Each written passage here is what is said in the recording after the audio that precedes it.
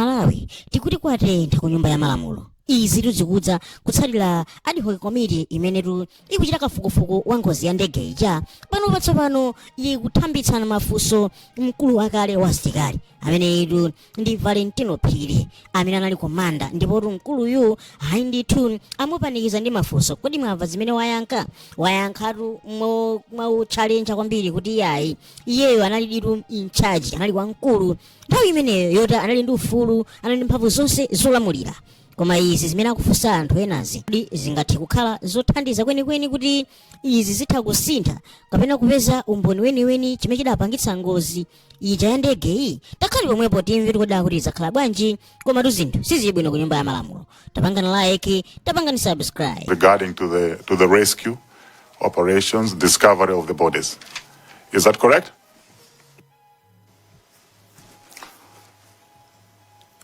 Mr. Chairperson, I want to say correct and not correct in some circumstance.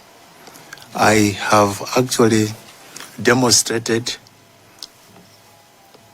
the briefing concerning the search and rescue, whereby I talked the preliminary search and the physical search.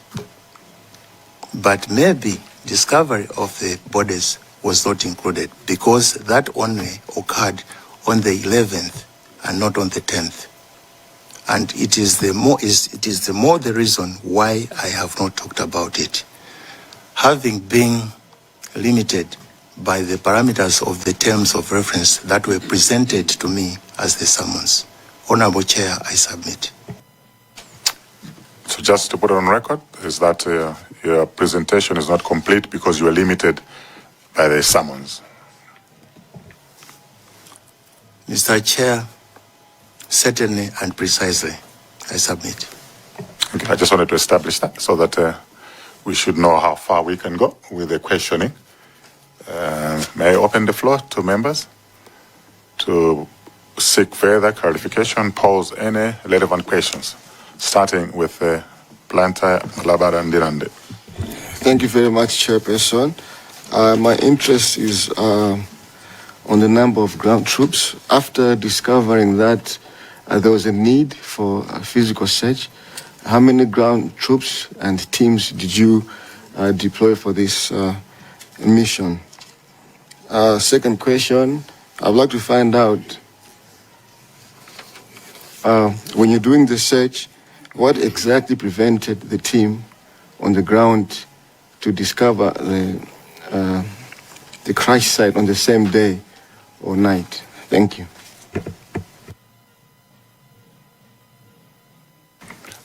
May I recognize Zomba City South?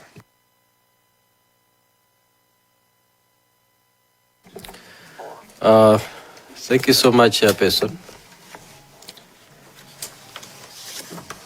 And I should also thank the General for presenting himself before this committee. Chairperson, I've got several questions. And I just wanted to be clear on the timelines. I'm now on. Can I stop you there? Maybe for further direction. Can you answer the question of? Let's dispose the question of Planter Malawi so you can engage him. Thank you very much, Honorable Chair. Two questions that have been posited. The first one is about the number of ground troops and teams that were actually deployed to conduct the search and rescue operations. It will be very difficult for me to come up with the teams, but I will only concentrate on the ground troops, because on the ground, the soldiers actually were divided by the commanders who were on the ground. So that information, I'm not privy to that information. Precisely, there were 172 MDF troops. 142 troops had come from the 3rd Battalion, which is Moyare Barracks, comprising the 3rd Battalion of the Malawi Rifles. 30 plus 1 had actually come from within.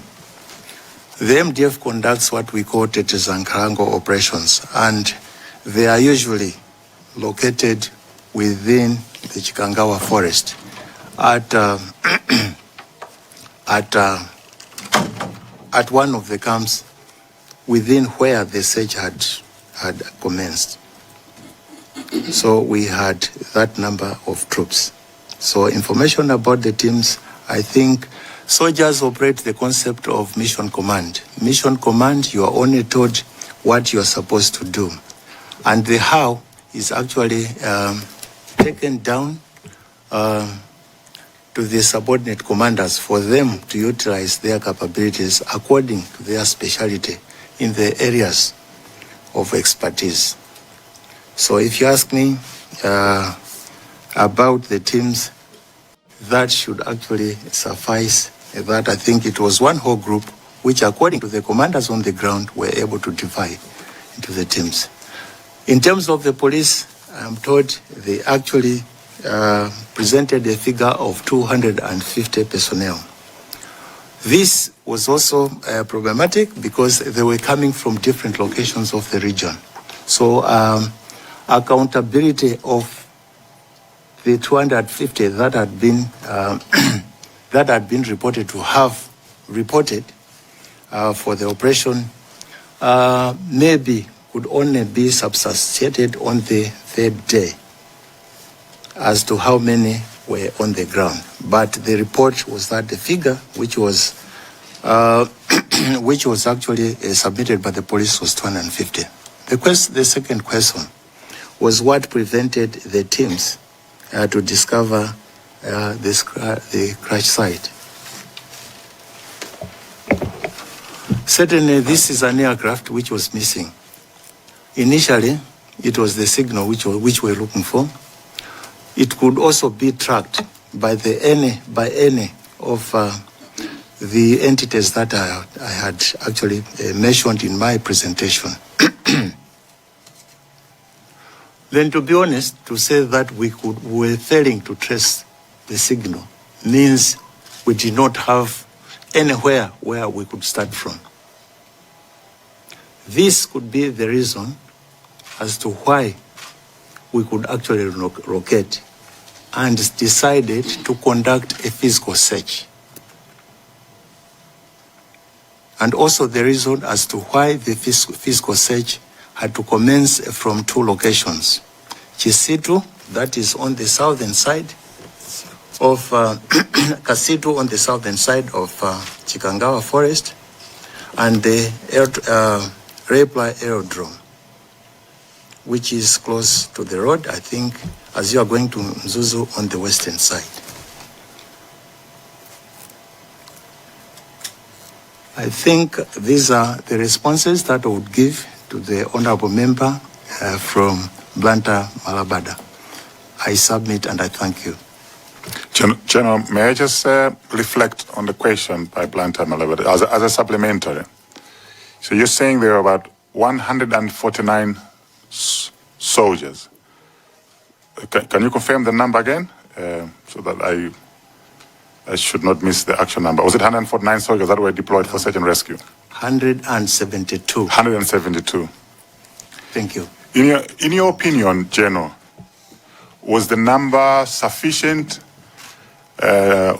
Was the number of soldiers sufficient to conduct a search and rescue in Chikangawa, an area that you said Inari Nkalango Kwitima? Was 172 soldiers sufficient to scout the whole of Chikangawa on an aircraft that belongs to the military?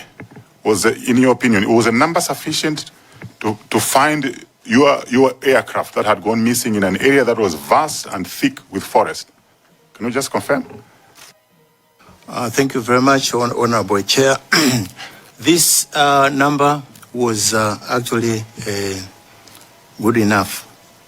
This is what in the military I would call a company plus.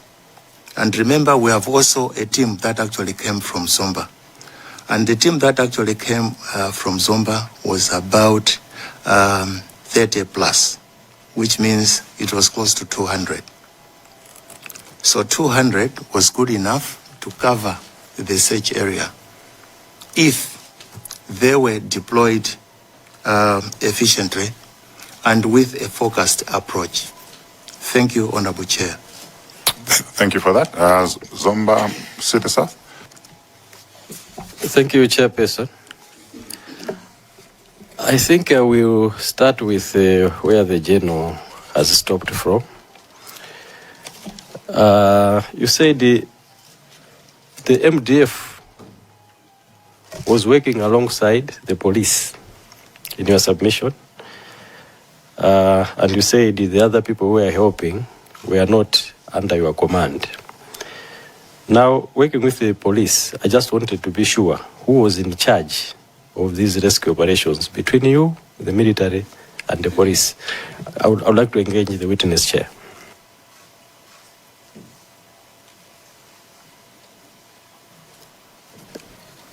General, you might want to take the question and then I will come again. Thank you very much. The aircraft which was lost belonged to the MDF. In any operations that civilians are involved, the MDF takes precedence and is usually in charge. Maybe to answer briefly and precisely, MDF was in charge.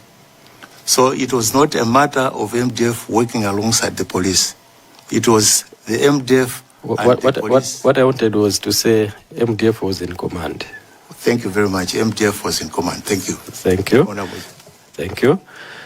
I noted in your presentation that at a certain point, police operations were being coordinated by the Northern Region Commander of Police.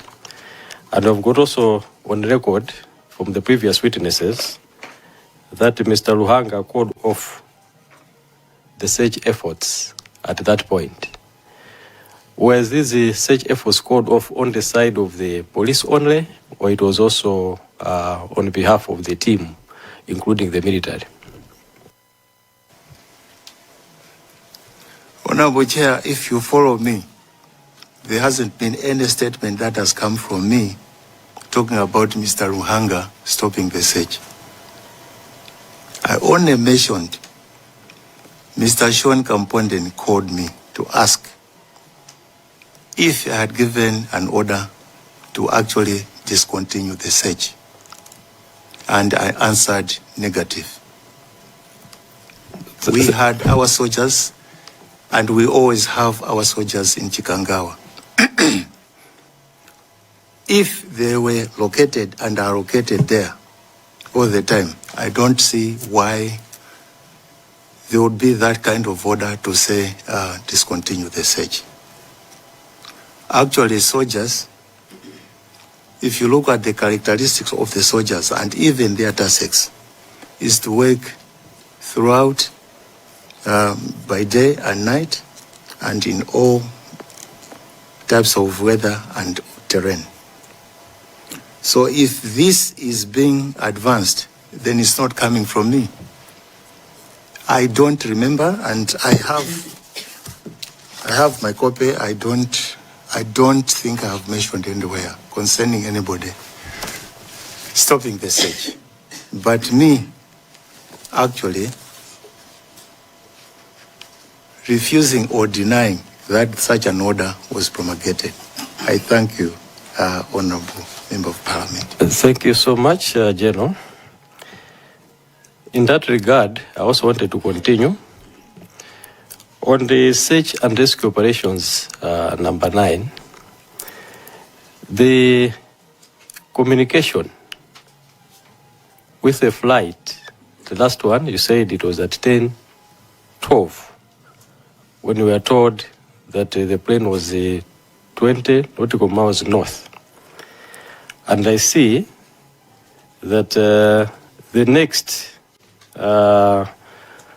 what you have written under the search and rescue operations was that at 15 hours, there was some cellular signal under Chikangawa. Between 10, 12 and 13, 15 hours, I just wanted to hear from you, General, what was happening under the search and rescue efforts under the military? Thank you very much, Honorable Member from Zomba City South. The report about contact with the aircraft at the time that I've mentioned is coming from the Air Force Commander through the air traffic control in Mzuzu. It's not something that is being reported by somebody who is in Lilongwe or who is close to the site. So he is being told. And the report of the sighting or getting the signal at that particular material time is from a service provider. So you want to understand where these two are coming from. It's information which was actually provided, and we could not actually discriminate or disassociate to say maybe you are lying or maybe you are saying the truth. It was all information. The Air Force Commander, through the air traffic control in Mzuzu, was given this information. This other one came from our effort through the OPC to say, can maybe the mobile service communication providers assist with locating a signal from the initiative of getting the cell numbers of all the people that were on board, is where we are getting this privileged information to say, no, there's a signal. On further interrogation, we wanted to find out when you are saying it is coming from the tower in Chikangawa, we requested to say what would be the distance or the radius. Then they gave us the radius of 20 kilometers radius. So 20 kilometers radius is a huge area. You cannot actually start from anywhere. What you need to do is kind of scout or scour the ground or the terrain. Chairperson, I just wanted the General to tell us what was happening in terms of rescue efforts between 10-12 and 13-15. So I'm not still clear what you were doing as MDF in terms of searching for this flight. So if I may come in, I think the General has said in between there were meetings. You had two meetings, briefing sessions and planning sessions on how to conduct a search and rescue. Is that right? Prior to that, would that be your response that the actual search was only embarked on at 4 o'clock, but in between there were a series of meetings where you were planning? Can you confirm? Maybe that will address his question.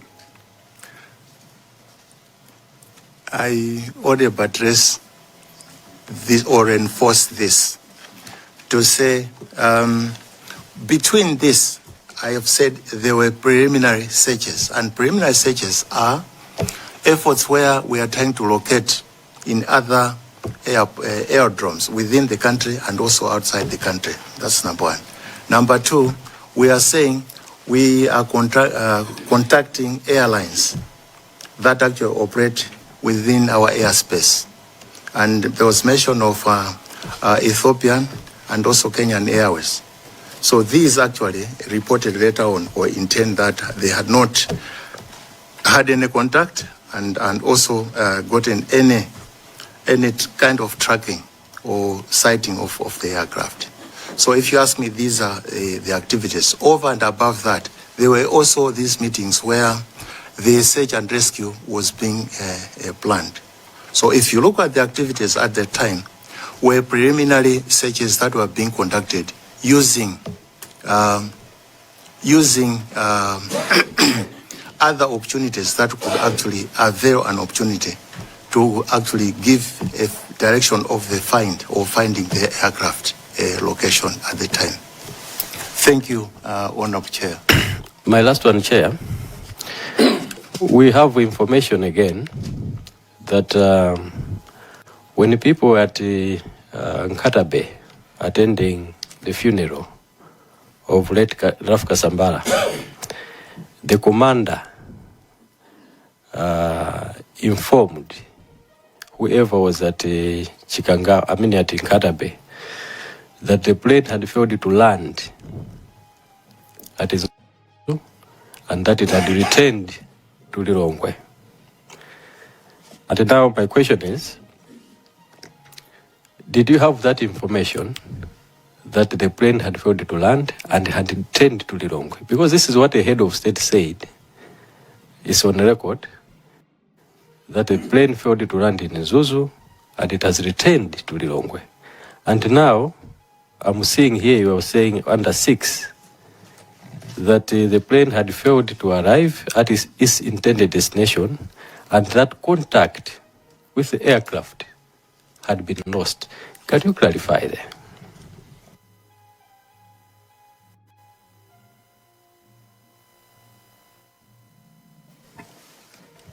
I want to clarify, Honorable Member, from Zomba, Cedar South, Cedar had actually been lost in terms of its signal. Then certainly that was the first port of call. We are also talking about aircrafts that were flying in the airspace, or that uses the airspace that actually passes through the area where this aircraft was going. You want to understand that we directed, or I directed, that there should be a deliberate attempt to actually consult or contact Ethiopian Airlines and also Kenya Airways, which I think eventually they responded that they didn't have any sighting nor contact with the aircraft. So I think these were part of the preliminary searches that we were.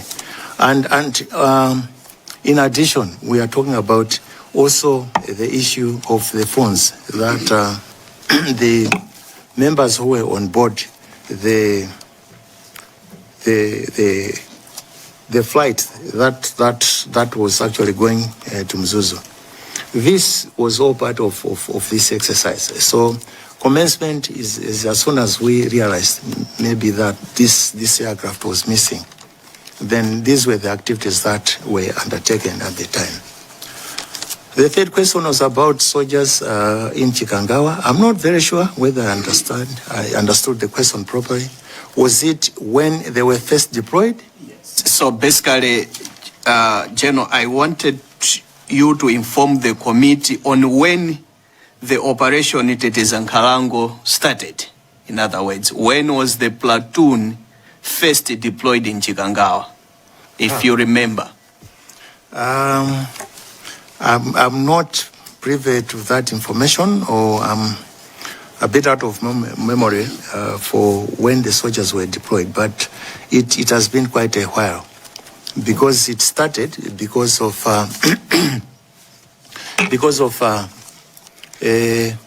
activities that actually came from locals trying to actually destroy the assets of the forest, in this case the trees.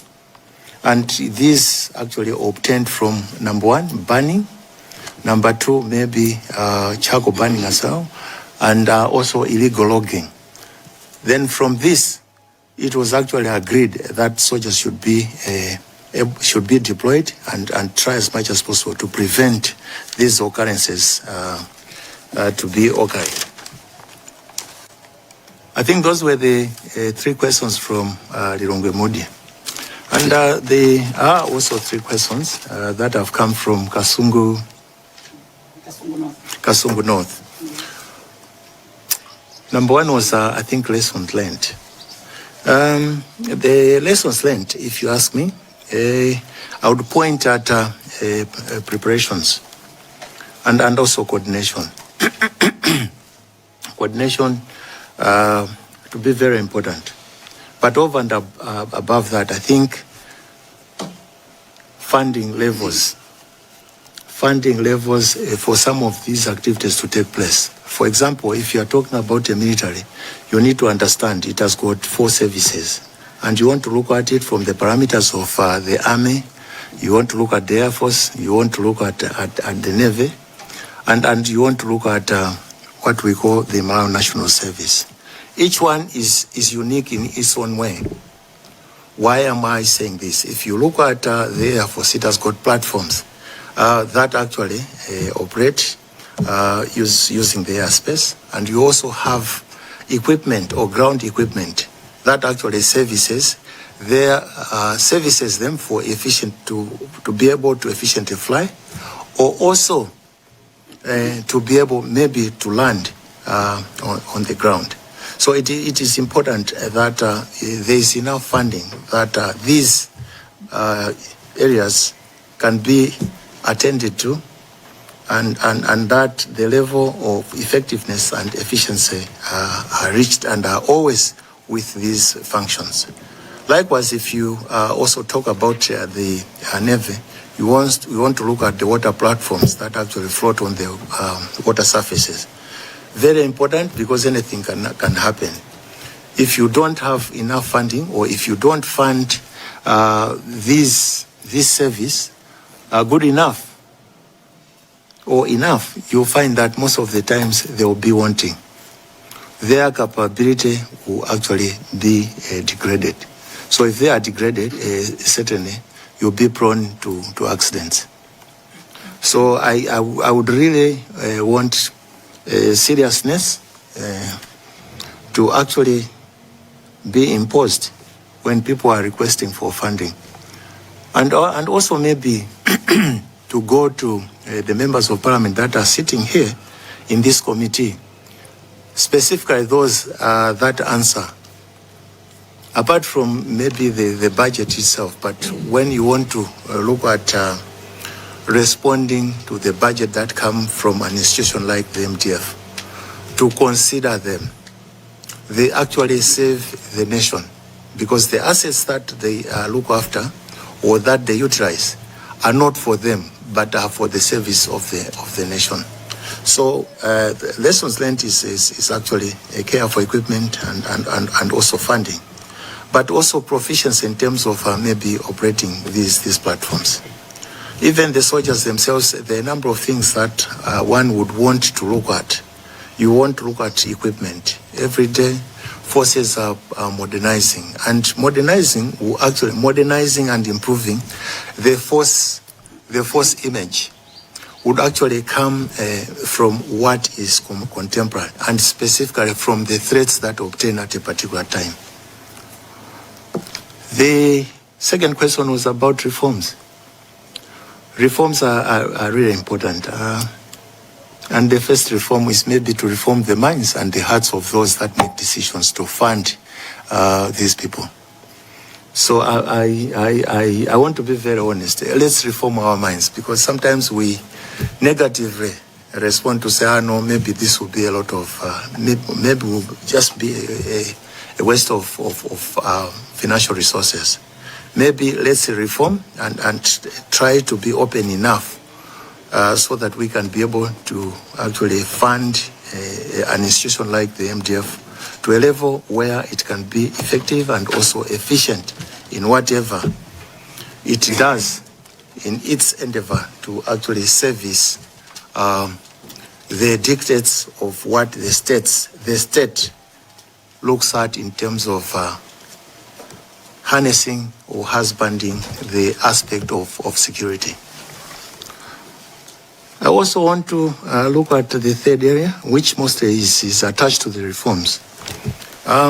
Areas of serious consideration. You want to look at these platforms, which are really very delicate. If you're looking at air platforms, if you're looking at maybe maritime or naval resources, these are assets that actually require a lot of attention in areas of maybe servicing, but also refreshing their outlook.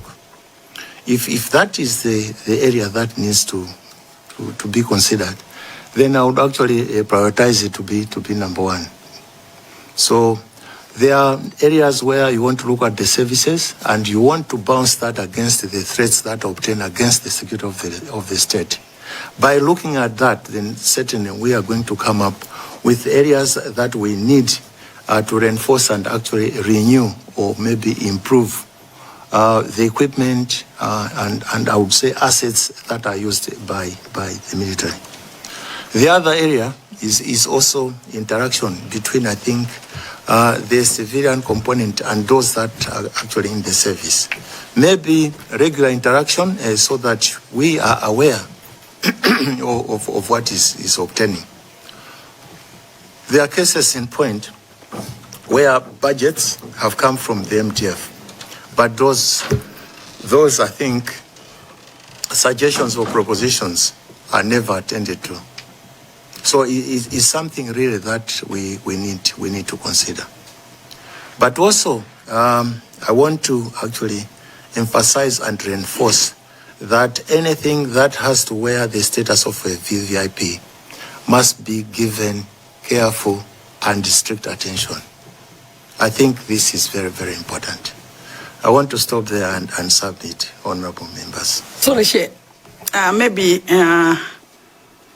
he hasn't answered me. Maybe question 52, question that I have, question number 3. Is there any matter within your knowledge that the committee has not asked about, but you ought to consider?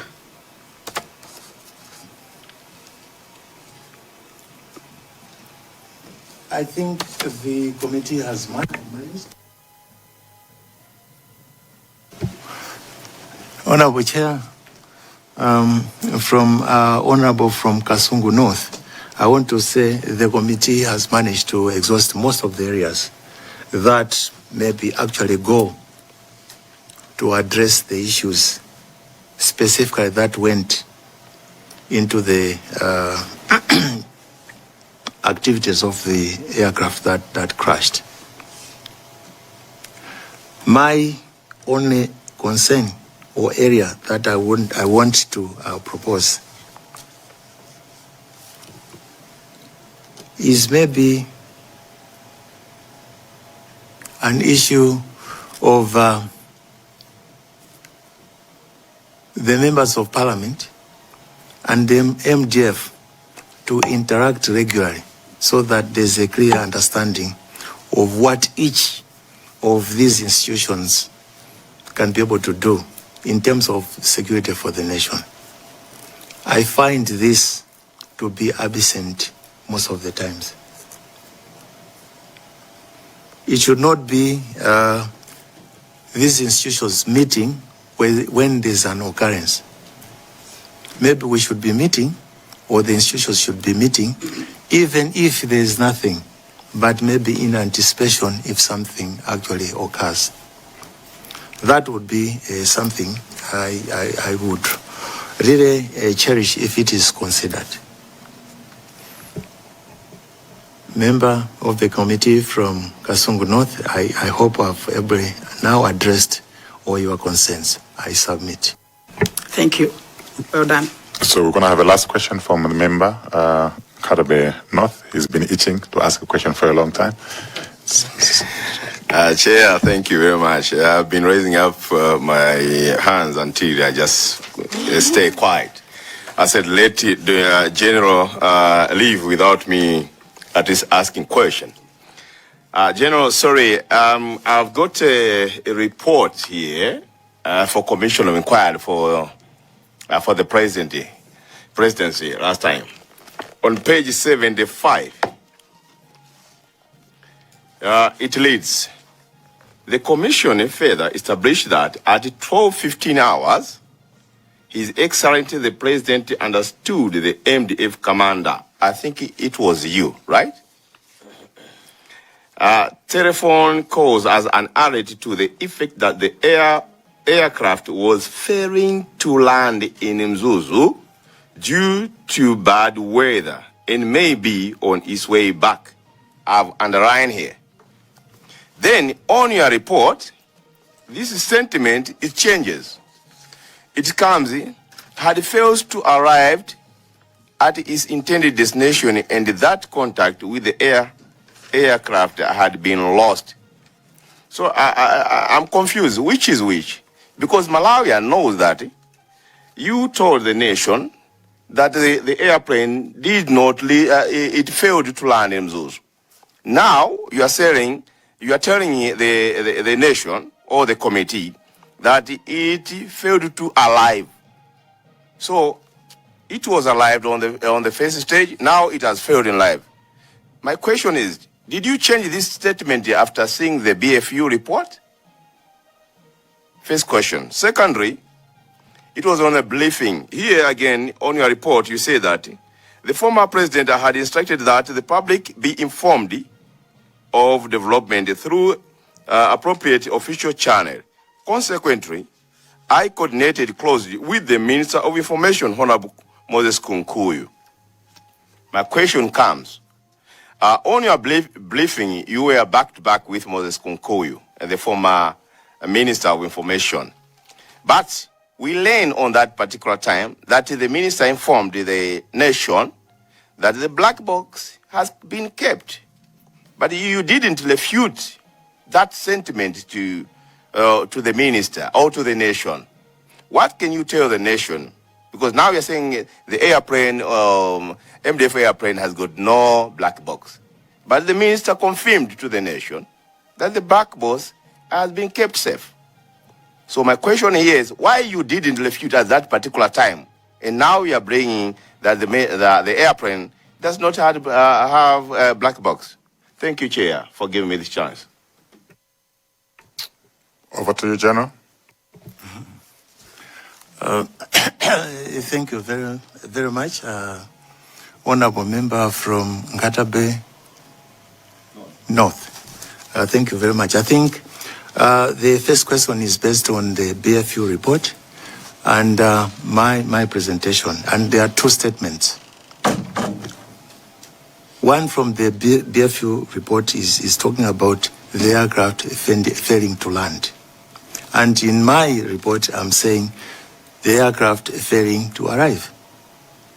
I'm not very sure, maybe... Excuse, Chair, point of correction. You reported, not the BFU report, on the first you reported on the Commission of Inquiry, the previous one, that the airport failed to land in Mzuzu due to bad weather. Here they have mentioned, you said due to bad weather. Here you are telling us it had failed to arrive at its intended destination. So my question was, did you block this information after you have seen, or you have seen the photo or satellite photo from BFU report? Thank you. Okay, thank you. No, I think the two statements are almost the same. Maybe is the way of presentation. Failing to arrive and failing to land, I don't think there's a difference. Even if I use Chichewa, walepera kufika, walepera, I think they are one and the same thing. I'm not very sure how you would want to package and contextualize your question. I think they are one and the same. And maybe you simply want to bring me to attention of the BFU report. Thank you very much. I want to say thank you. Because the BFU report, and I could not actually talk about what is in the other statements that are in the other reports. I didn't want to do that. I want you to actually sample what my feelings are and what I'm reporting, and based on the summons that were actually given to me. So the language which is being used, I think is one and the same. So I'm not very sure. Maybe I am understanding or getting you right. What was reported from what you are narrating to me is one and the same in both reports. Maybe they are just the reports, but if you actually translate it, go deep into it, they actually answer to a same question. Number two, you are saying Honorable Mkwiyo talked about the black box being returned. I'm not sure if people are at a platform. This is a journal, or maybe this is somebody. Two people at a platform are talking, and everybody is listening. So somebody says, "No, this is what has happened," the aircraft maybe has actually failed to land and we are trying to locate it. Or maybe the aircraft has crashed. And if it has crashed, then certainly all efforts are being done to salvage whatever was in the aircraft. One, if there were individuals or Homo sapiens in it, then certainly they must be repatriated. That's fine. Somebody has refused, has finished making that narration. Somebody comes up and say, no, there was a black box in the aircraft and we are failing. Seriously. Would somebody raise up and say, no, that is not correct? Maybe beside I went and say, no, that statement was wrong. If you had asked me, because I haven't been asked, maybe if you go back to him, he would say maybe the general will point it out to say MDF aircrafts do not have black boxes. But I would not actually come openly there and then on the platform to say, no, that is not the correct position. I want to present, I think, the response in that manner or in that fashion. Thank you, Honorable Chair from Katabe North. Chair, we want to conclude, but I'm still seeing a lingering hand from our Vice Chair. I'll give him the floor. Honorable Chair, I retired, so I have all the time. Thank you, Chair. We'll have lunch together. Chair, I think the General has responded to Katabe North.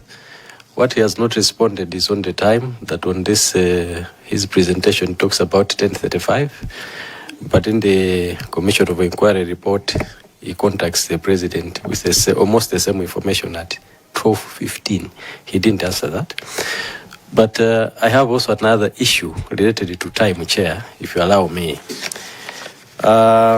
The General has presented to this committee that the approval was granted at 18 hours. I'm reading on page 2, where it says, I must mention, the consultations took place between 15:15 and 16:45 hours. Then at about 18 hours, I informed Dr. Squese, etc., about the approval. Are you aware, General, that late Sambalopa and late Flora Selemani were informed immediately they arrived at Nzuzu at 17:32 that they had an exit assignment to carry the Vice President?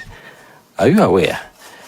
Are you also aware, as you're answering that the MDF headquarters at 15:19 communicated the head of operations, giving him instructions to say, we have got this assignment. And it was the operations at 17:32 instructing the crew to say, you have a next assignment.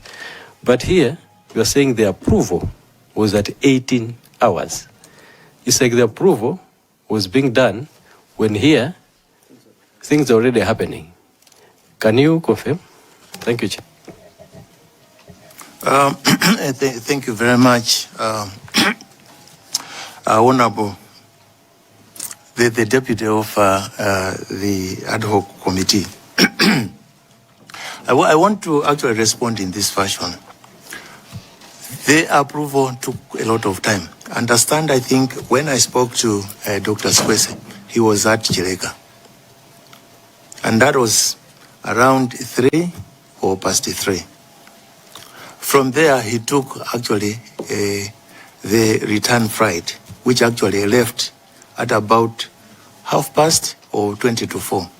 Then they arrived here sometime around 4 o'clock or past 4. Then looking at what happens when somebody has landed, certainly they had to look for maybe their luggage. Remember, these people were coming from a long trip that was from South Korea. Certainly they had to wait for their luggage. Maybe it took a lot of time. Now, when you want to look at that time, I was involved with the consultation. He had given me an assignment, and these people were not in one place. The Air Force commander was here. I simply wanted to ascertain the position of the aircraft and also maybe its suitability or serviceability. Then secondly, I wanted to actually talk to the minister and finally the head of state. Now, you want to look at the time that the PS took from Chileka and to arrive at Lilongwe International Airport, and maybe travel from Lilongwe International Airport to his house. You'll find that maybe it was sometime maybe past 5 or maybe even to 6. So I was waiting for them or for him to actually arrive and give him the responses. Chair, maybe before he continues, just to be clear, do you issue instructions to maybe people in operations before approval has been granted? No, I was coming to that. I want to come to that. Thank you. Yes. I'm not very sure how that kind of time frame or time sequence was arrived at. Maybe somebody reported something wrongly. Because if these people were moving, I'm not sure an order could actually be advanced whilst people are still traveling. There must be some disconnection of the presentation. Because some people are traveling from and they're looking for authority, and that authorization has not arrived. Then certainly where can we get that kind of activity from without? We required authority. So I think maybe there must be some disconnection, or maybe somebody mislogged that kind of information. Because the operation maybe could only start. Also, if it started earlier, then it can't be around 1635, because that was the time I was still struggling to get maybe authorization from these people I was consulting. Chair, this information I'm giving you is obtained from the MDF report. So unless you are disowning the findings of the MDF, because that report is available to the chair, I've shown him where I've taken this. So I just wanted to triangulate this with you as MDF commander. So unless you are saying that when you're disowning, we should be based on this. I submit, Chair. Thank you very much, Honorable Member of the committee. I think there must be some reconsultation on that. But if you look at the time these people were traveling and the time that are being logged and presented in that report, maybe there's a disconnect and it requires revisiting to a certain extent. What I'm presenting is realistic, because people are traveling. Then within that time, if you tell me maybe they started after 1700, then maybe I can say, yes, maybe I said, can you start the preparations? But if it is at 1635, and that is the time, these people maybe are flying from Blantyre to Lilongwe. Thank you, General. Thank you very much, General. Sorry to interrupt. I think it's time to wind up. I just have one question, if not two. You said the search and rescue activities did not stop. So we wanted to find out what search activities actually happened between sunset and in the morning. Because there's any report of what activities were taking place during the night when the rumored call-off was made up until the morning. Which areas did they go? Are you aware? These soldiers that were there, what actually did they do during the night until morning? Well, all we know is what happened during the day, but not during the night until morning. Maybe if you can fill in that gap. The last one for me, General, is there's an item 5.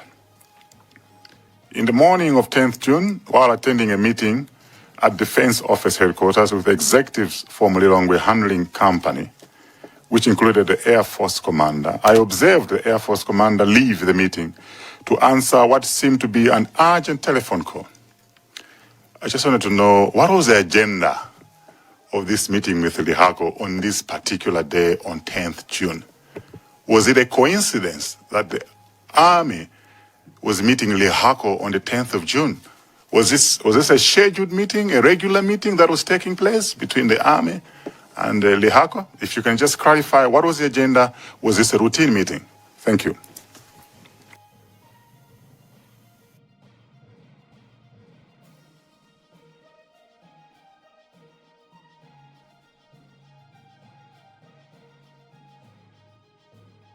Thank you very much, Honorable Chair. I want to respond to the first question. Activities of the search that took place or that were taking place at night. Remember, I said the search commenced from the northern part of the forest, and they were from two locations. I said, number one is started from Kasitu camp, where the troops are located for Operation Tetezankarango. And the second one, or the second team, started from Vipia, the library aerodrome.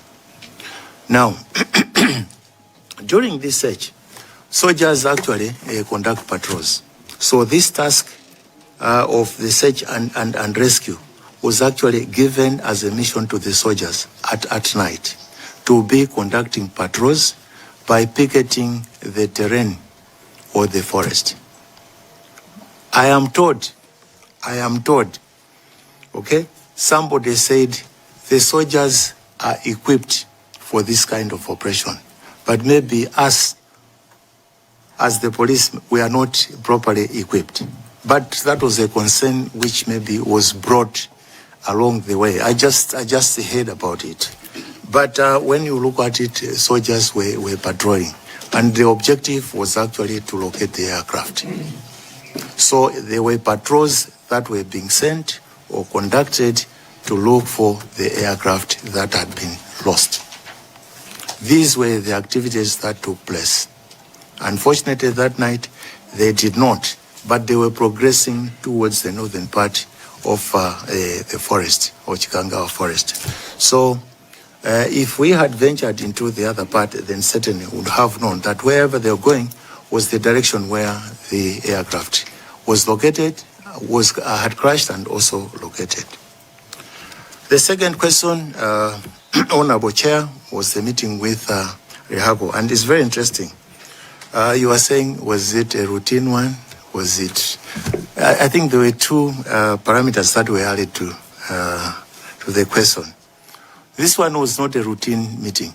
It was a meeting whereby Lihako was trying to actually partner with the MDF to be utilizing the bigger aircrafts which were procured from China to actually be transporting merchandise from Malawi to different points where they had contracts. So they had actually come to the MTF to actually present their case. They had been urging for this meeting, but we were actually pressured with a number of activities. But we had found space on this particular day, so it was just a coincidence. Nothing wearing the pigmentation of a routine transpired from the occurrence of the meeting. It was simply planned and coincidental that as it was actually in progress, then this came, or the Air Force Commander received this message from his people at the air base in Zumba. Thank you, Chair. A point of order, Chair. Yes. Yes. Chair, General here, when he was responding to the question from Honorable Member from Katabe, I guess, he said after the press briefing, how do members know that I had a conversation with the Honorable Minister behind the scenes? what if I told him that the information that you provided is wrong? Because I could not do that in front of the cameras. I thought maybe, Chair, we needed to know whether indeed that conversation was there behind the scenes. Thank you.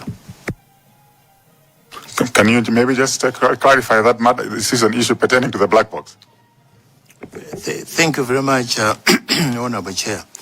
I said maybe I addressed that, but to me, as far as I'm concerned, I didn't hear that part. Or I knew MDF aircrafts do not have black boxes. Wherever, if it was mentioned, which I did not hear, and I want to mention to this, I did not hear.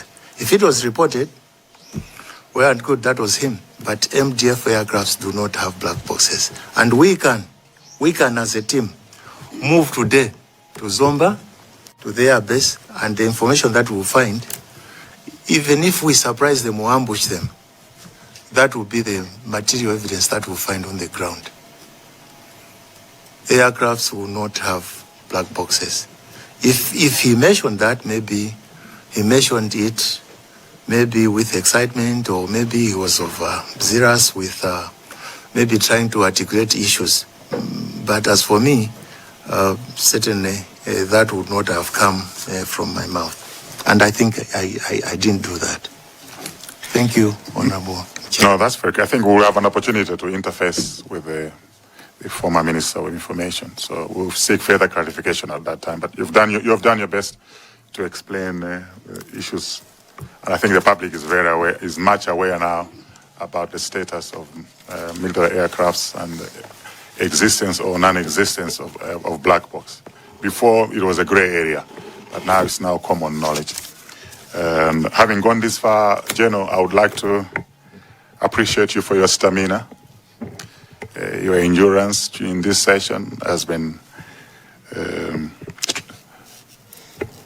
commendable. You've given us much attention, and I'm sure there will be another interaction, because your report was not complete. We'll discuss with the Secretary on how we can close this small bit, but you've pretty much said everything. So you were the Commander-in-Chief, so you will appreciate why members were trying to get as much information as possible, because you were directly responsible. And having said all this, General, a lot of things went wrong. I'm sure you agree. I don't have to take stock of what went wrong. And I wonder why, when this happened, you didn't resign. Is there any specific reason why you didn't resign?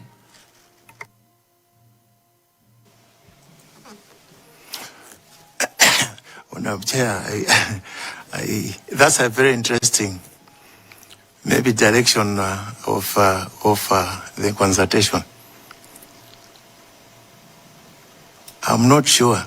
Maybe from your audit, how do you arrive or make somebody resign for certain things which somebody is thinking is going on right?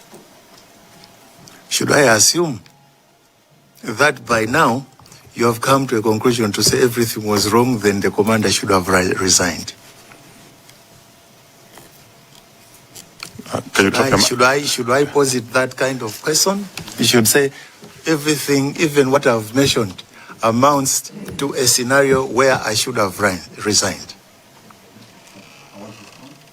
General, I want to respond. So the reason being is that you were responsible as an army commander. You were accountable, all right? And members are bringing issue of accountability to you. Certainly there was a lot of failures that we have all pointed out. I don't have to list them. The list is endless. The EOT was not functional. The aircraft was not a VVIP aircraft. It was an ambulance. The search and rescue, you might have done some preliminary work, but it was delayed. Disorganized. It's a fact. Everybody knows Malawians are not happy the way the search and rescue was conducted. It's common knowledge, you know. Adverse weather conditions were ignored and the flight proceeded. You may not have been the pilot, but you approved the flight. And I'm just stating the facts as they are. that a lot of things went wrong.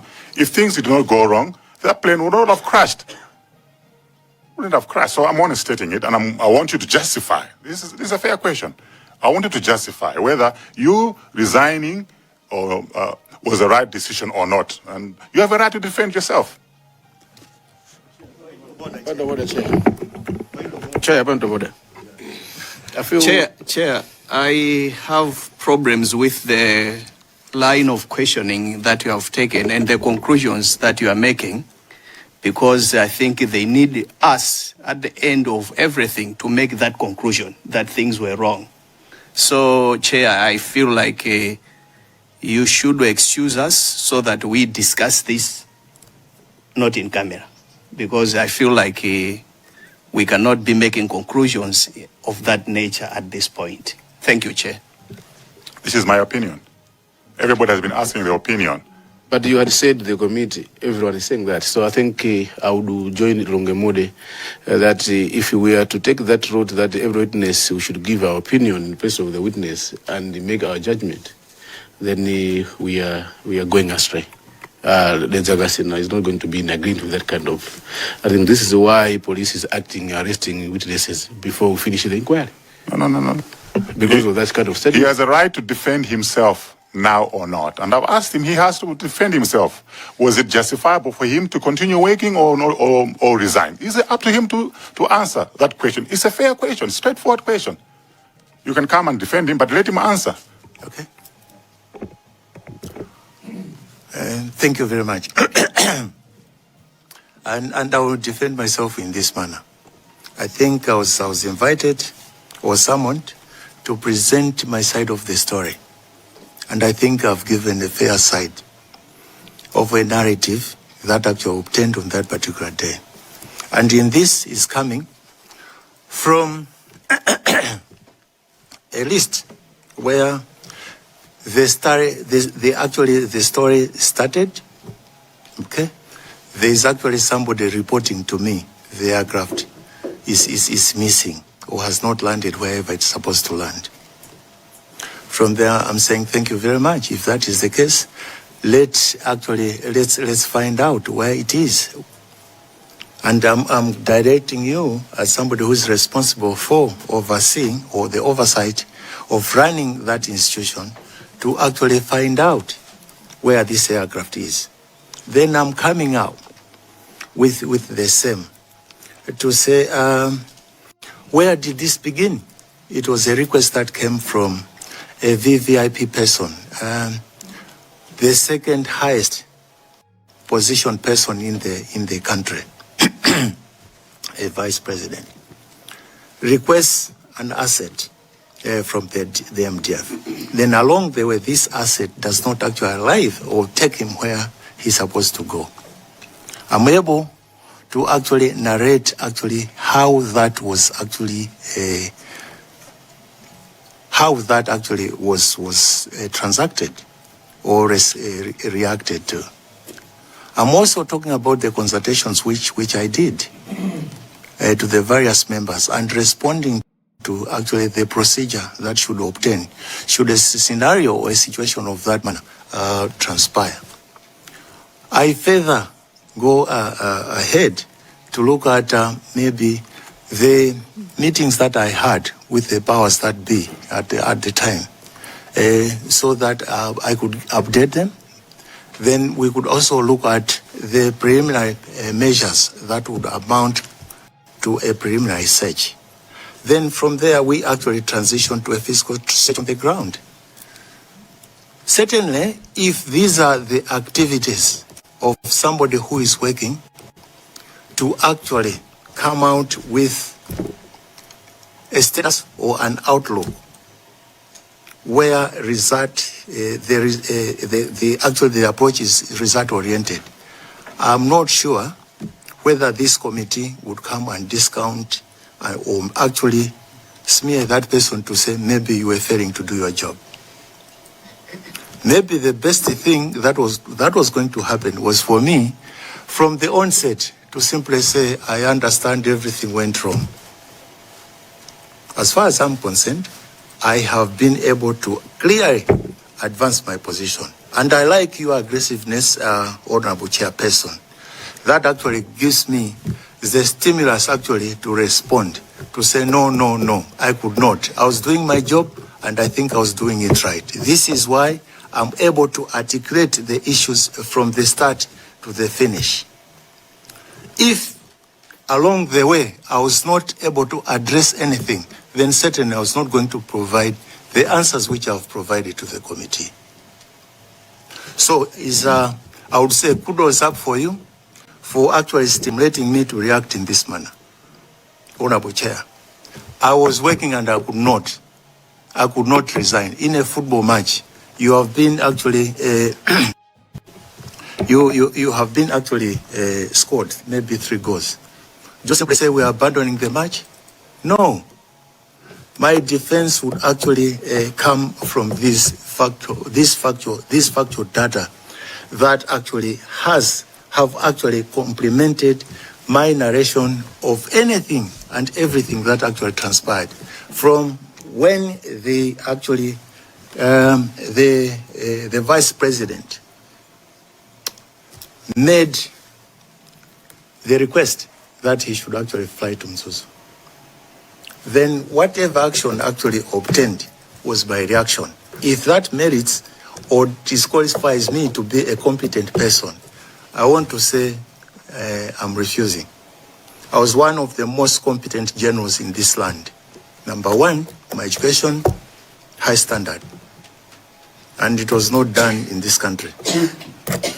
Number two, if you look at my professional qualifications, you want to actually, if you check what I did and how I merited, they were all superb. I want to defend myself in that manner, which means delivery on the ground can be matched to what I achieved. Level of proficiency in that manner, and I think even this committee is convinced the general was able to respond appropriately. I never actually recused myself from any question that came from you, honorable members. I think this is enough for my defense and defending myself. I want to stop there, Chair, congratulate you for actually stimulating me to respond in this manner. I submit and I thank you. I appreciate, General. There's certain things you didn't say outright, but they've come up that I've provoked you. And I appreciate your reasons, the mitigating circumstances you have explained. And, so I just wanted to hear it from you. And not enough for me, but for the sake of everybody else. So this should mark the end, General, of our engagement with you. You may have any final words to say.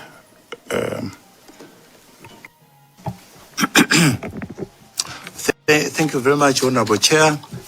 My final words is simply to congratulate the committee and also to thank government for considering to come back and take maybe a relook at what transpired and come up with a re-inquiry or a third or fourth inquiry on the same. So I think it's a job well done. And it's always good also to actually exhaust what actually transpired and for certain things to have happened. And be able to understand maybe what went wrong and also what went on right. That's the way how things can be improved. If that is not done, certain things cannot improve. My understanding is whatever was summoned or were the items that were given as summons to me were the terms of reference for me. And certainly I was supposed to respond within the confines of those items. This, I think, has been a good thing. Mostly, I know there's certain information that you did not know, or members of the committee did not know. And through this interaction, you are now in the know. I hope that to contribute enormously to you coming up with a position of what actually transpired. I think not all is lost. MDF will still continue being there, and I think it will strive to be a very good organization. It has always been, and I think it will contribute. And I hope it will continue contributing positively to the development of the country, and also responding to anything that comes negatively that actually affects the efficient and proficient running of the country. In terms of threats that can come maybe as natural or maybe artificial, those I want really to list as things we should actually ride upon and do better. But also to request as members of parliament that when certain institutions of importance like the MTF, which are responsible for the security of the state, they should be actually listened to and considered. It should not just be, no, I think there are other priorities. I know priorities are set by looking at maybe the magnitude of the problems. But I think if you overlook defense or security, then certainly you are losing yourself. You cannot stay in a house, or you cannot call a house without a roof. It's not complete. So understand me from that perspective. If the MDF is not properly resourced, it not give you the best. So please help the MDF to be resourced properly so that it can be able to undertake its functions properly. And so that they also the nation can be defended appropriately. Assets that belong to the MDF or that are used or utilized or that are attached to the MDF are for the nation and not for the MDF as such. It's for the nation to utilize. So let's take care of the MDF so that they take care of the assets that they are given for them to be able to actually service the day-to-day requirements, good or bad, that the nation encounters. I want to stop there, but I want to thank you for the interaction that, should I say, intensive interaction that I've had with the committee. And also the parting shot that came from the chair of the committee. The chair and everybody else belonging to the committee, I want to thank you. And I submit. Thank you. Thank you, General. You may take leave. Thank you. Thank you.